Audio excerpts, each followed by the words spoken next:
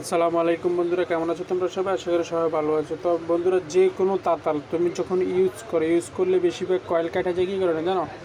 এই তাতালটা যখন তুমি কাজ করো তখন তোমার এই যে মাথায় যখন তোমার ময়লা ধরে বা যে বাড়ি দাও, জোরে বাড়ি দেওয়ার কারণে বা জোরে গুঁতে দেওয়ার কারণে, এগুলোর কারণে তাতাল মানে সমস্যা হয়।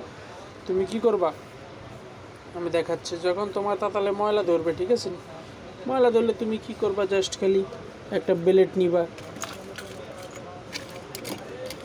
এই যে দেখাই তোমাদের সরাসরি বেলেট নিয়ে, তারপরে বেলেট দিয়ে এভাবে ঘষে তুমি ময়লাগুলো ফালাই দিবা, ঠিক আছে। পুরো তাহলে এভাবে ক্লিন করবা, বা তোমার একটা সুতির যে ন্যাকড়া দিয়ে মাথা পরিষ্কার করার চেষ্টা করবা, তাহলে তোমার তাতাল নষ্ট হবে না বিশেষ করে, ঠিক আছে। এই ব্যাপারটা আমি প্রায় 2-3 বছর ধরে অবলম্বন করতেছি। আমার কয়েল একবারেই কিন্তু কাটে না। তুমিও তোমার তাতালে যদি কয়েল না কাটতে চাও, তাহলে আমার এই সিস্টেমটা তুমি করতে পারো। যখন তাতালটা ইউজ করবে তখন এভাবে ঝাঁকি দিবা না, জোরে বাড়ি দিবা না, তাহলে তোমার মানে তাতালের যে কয়েলটা কাটবে না। ভিডিওটি ভালো লাগলে ফলো দিয়ে রাখবেন। আসসালামু আলাইকুম। ইউটিউবে দেখে থাকলে সাবস্ক্রাইব করবে।